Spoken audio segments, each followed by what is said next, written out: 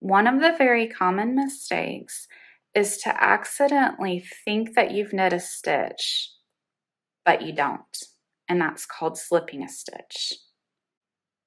You may not even notice it, but the way to recognize it is that when you knit the next stitch, if you look at the back side, the slip stitch has yarn trailing behind it.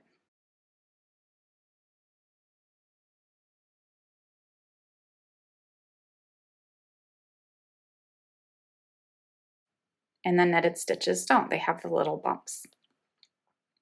So that's how you can recognize a slip stitch. The slip stitch is a little bit longer than a knit stitch because it's trailing over 2 rows instead of just one. So it elongates the stitch.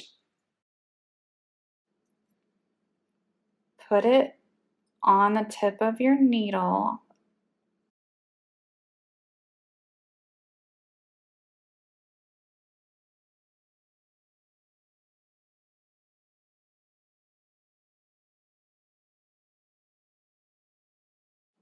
And take your right needle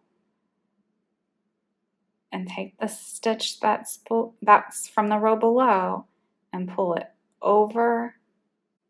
And there, you've just reknit that stitch. Might look a little loose at first, but it'll all even out.